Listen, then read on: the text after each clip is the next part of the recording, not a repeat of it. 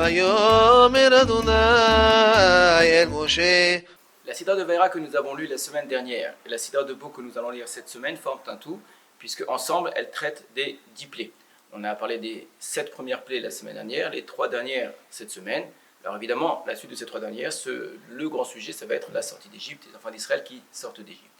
Donc c'est le développement autour de ces 10 plaies qui est le sujet principal de ces deux sidrotes. Maintenant, il faut regarder de manière plus attentive et se rendre compte qu'en fait, à part la sortie d'Égypte au sens physique, un peuple qui sort vers des frontières de l'Égypte, et pour cela, eh bien, de l'ensemble des plaies qui vont s'abattre sur les Égyptiens pour autoriser les Juifs à sortir, il y a un autre sujet qui va ensemble, de manière très forte, c'est que la Sidra de Vaïra au tout début a commencé par une magnifique parole de Dieu à Moshe qu'il devait répéter aux enfants d'Israël en leur disant tout simplement qu'il allait les faire sortir, qu'il allait les délivrer, qu'il allait en faire son peuple. Et les bénis Israël ont été incapables de l'entendre. Lo Shamu el Moshe, n'ont pas écouté Moshe, mais Kotzer Ruach me Avoda Kasha, à cause du travail difficile. Donc c'était vraiment une oreille complètement sourde à un discours de libération et surtout à un discours qui annonçait que ce peuple allait devenir le peuple de Dieu.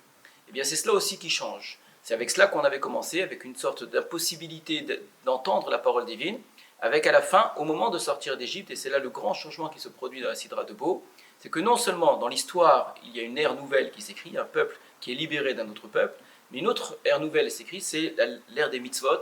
C'est à partir de ce moment-là que le peuple d'Israël va commencer à avoir des mitzvot. Les choses vont ensemble.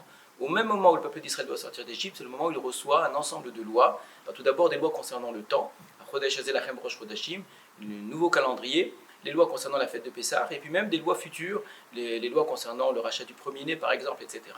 Et là, par contre, ils vont écouter, ils vont entendre que Dieu les fait sortir d'Égypte, ils vont entendre que Dieu leur demande d'accomplir des lois, que ces lois ne sont pas là pour les contraindre, pour les soumettre, pour les écraser comme ont été les obligations qu'ils avaient en Égypte, mais au contraire sont des lois pour les libérer, pour les grandir et pour les rapprocher, pour en faire le peuple de Dieu.